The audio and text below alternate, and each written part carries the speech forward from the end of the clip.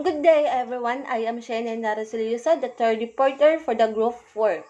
The officials, there are four of them, which are the first referee, second referee, the scorer, and the line judges. For now, let's all tackle about the first referee. So the first referee directs the match from start to finish and is in overall control of the game. The location of the first referee carries out his or her function standing on a referee stand located at one end of the net on the opposite side to the scorer. His or her view must be approximately 50 cm above the net. The authority of the first referee is that the first referee directs the matches from the start until the end. He or she has the authority over all members of the refereeing corps and the members of the teams. During the match, his or her decisions are final. He or she is authorized to overrule the decisions of other members of the refereeing corps if it is noticed that they are mistaken. He or she may even replace a member of the refereeing corps who is not performing his or her functions properly. He or she also controls the work of the ball retrievers, floor wipers, and moppers. He or she has the power to decide any matters involving the game, including those not provided for in the rules. He or she shall not permit any discussion about his or her decisions.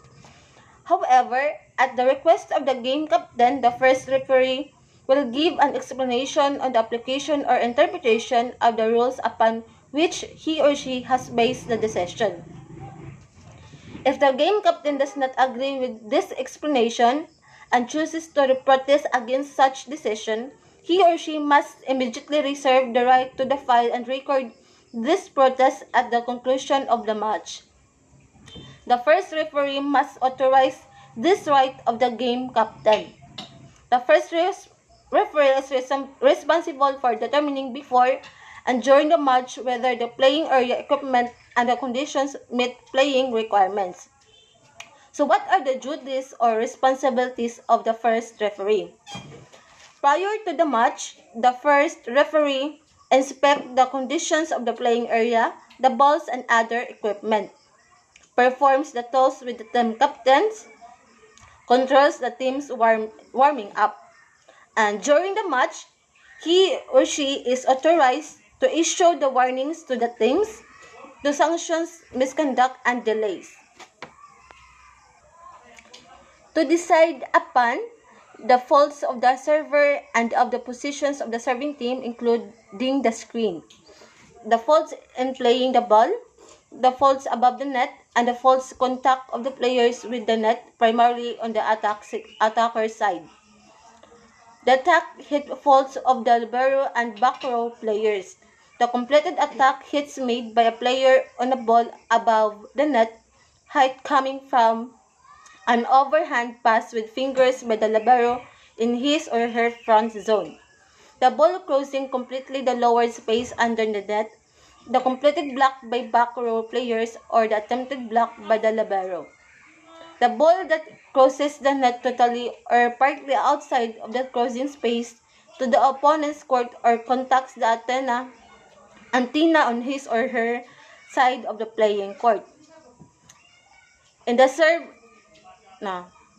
if the serve ball and the third head passing over or outside the antenna on his or her side of the court. At the end of the match, he or she checks the score sheet and signs it. So that is the duty or responsibility of the first referee. But I have another responsibility or duty of the first referee. Whistle in any violations. It is the first referee's responsibility to whistle any of all violations the same. If possible, the second referee should whistle net violation, center line violations, serve-receive position faults, and serving order violations. If the second official doesn't catch this violation, the first referee has the authority to make the call. Like If dili makita sa second referee ang katong nga violation, pwede gyud ang first referee mo whistle. The second referee is an assistant to the first referee but also has a range of specific responsibilities. The location of the second referee performs his or her function standing outside the playing court near the post on the opposite side of and facing the first referee. The authority of the second referee is the assistant of the first is that the second referee is assistant of the first referee, but has also his or her own range of jurisdiction. Should the first referee become unable to continue his or her work, the second referee may replace him or her. She may, without whistling, also signal faults outside his or her range of jurisdiction, but may not insist on them to the first referee. She controls the work of the scorers. He or she supervises the team members on the team bench and reports their misconduct to the first referee. He or she controls the players in the warm-up areas. He or she authorizes the regular game interruptions, controls their durations, and rejects improper requests. He or she controls the number of timeouts and substitutions used by each team and reports the second timeout and fifth and sixth substitution to the first referee and the coach concerned. In the case of an injury of the player, he or she authorizes an exceptional substitution or grants a 3-minute recovery time. He or she checks the floor condition mainly in the front zone, and he or she also checks during the match that the ball still fulfill the regulation. He or she supervises the team members in the penalty areas and reports their misconduct to the first referee. The second referee is concerned with matters such as keeping time, assisting the first referee in making calls, administering substitutions, and verbally communicating with team coaches. The second referee also needs to communicate effectively with the scorekeeper, such as overlook the scorekeeper with recording subs, timeouts, and others. The second referee should help the scorekeeper and libero tracker with any questions or issues that come up. The responsibilities or duties of the second referee is, at the start of each set, at the charge of courts in the deciding set, and whenever necessary, the second referee checks that actual positions of the players on the court correspond to those on the line-up sheets. During the match, he or she decides whistles and signals, penetration into the opponent courts and the space under the net, position faults of the receiving team, the fault contact of the player with the net primarily on the blocker side and with the antenna on his or her side of the court, the completed block by a back row player or the attempted block by the libero, or the attack hit fault by back row players or by the libero. The contact of the ball with an outside object. The contact of the ball with the floor when the first referee is not in position to see the contact. The ball that crosses the net placed totally or partly outside of the cruising space to the opponent's court or contacts the antenna on his or her side of the court. The served ball and the third head passing over or outside the antenna on his or her side of the court. At the end of the match, he or she checks and signs the score sheet. So that's all the duties and responsibility of the second referee. The third official is the scorer. The scorer is responsible for filing in the match score sheet as the game progresses. He sits at the scorer's table located on the opposite side of the court to and facing the first referee. This position directly behind the second referee makes it easier for these two officials to cooperate. The responsibility of the scorer, he or she fills in the score sheet according to the rules, cooperating with the second referee. He or she uses a buzzer or other sound devices to notify regulations or give signals to the referees on the basis of his or her responsibilities. Prior to the match onset, the scorer registers the data of the match and teams, including the names and numbers of the liberos, according to the procedures in force, and obtains the signatures of the captains and the coaches. Record the starting lineup of each team from the lineup sheets or checks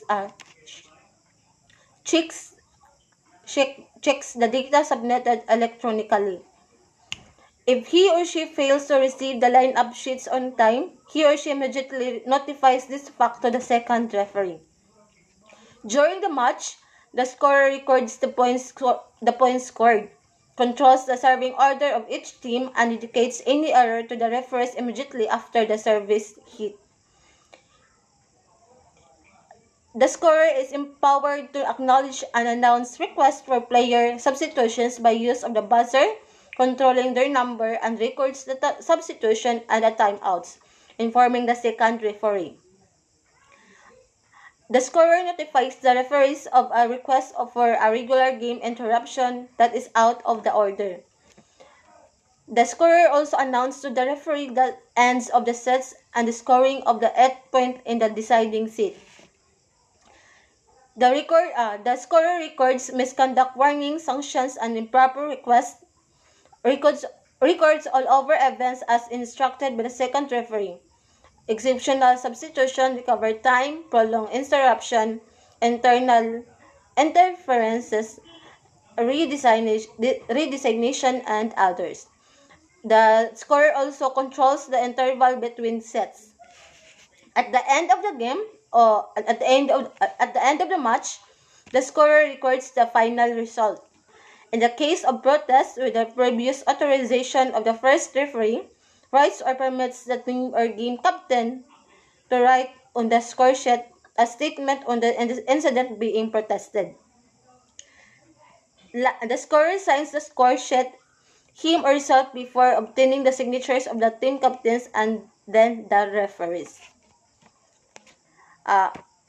In the scorer, they are also called the assistant scorer.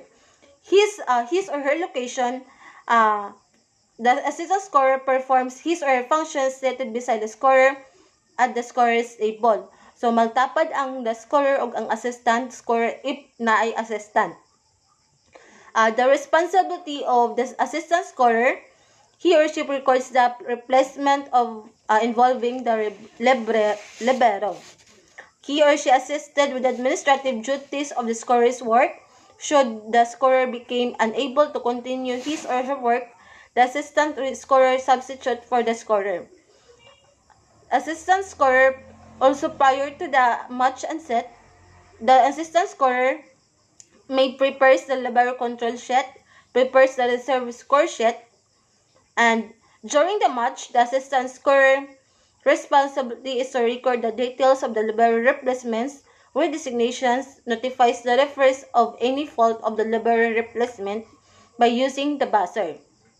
Start and ends the timing of technical timeouts, operates the manual scoreboard on the scorer's table, checks the scoreboards, agree, and if necessary, the assistant scorer updates the reserve score sheet and gives it to the scorer. At the end of the match, the assistant scorer responsibility is to sign the libero's control sheet and submit it for checking. Signs the score sheets and lastly, of the official of volleyball, the line judges.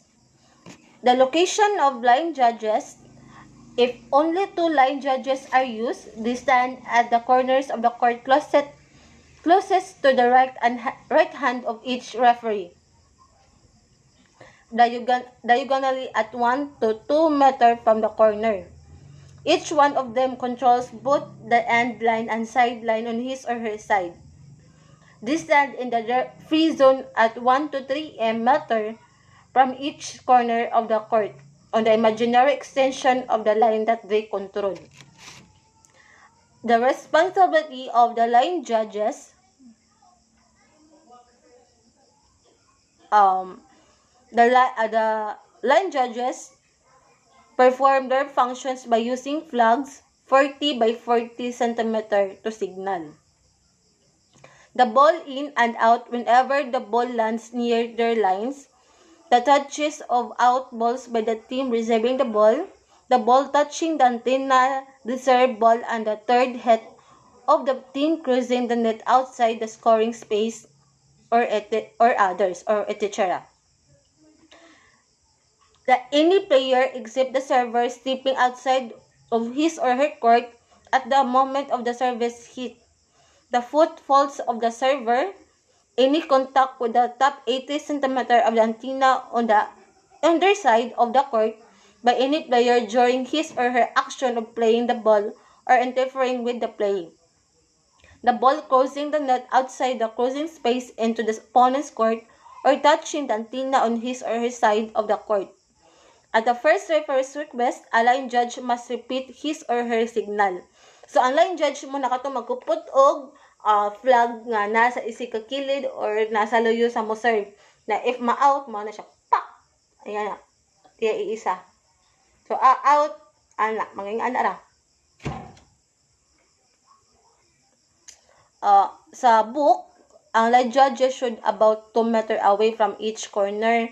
So, pwede siya 1 to 3 meter but if mag-quiz, so 2 meter gid atong answer.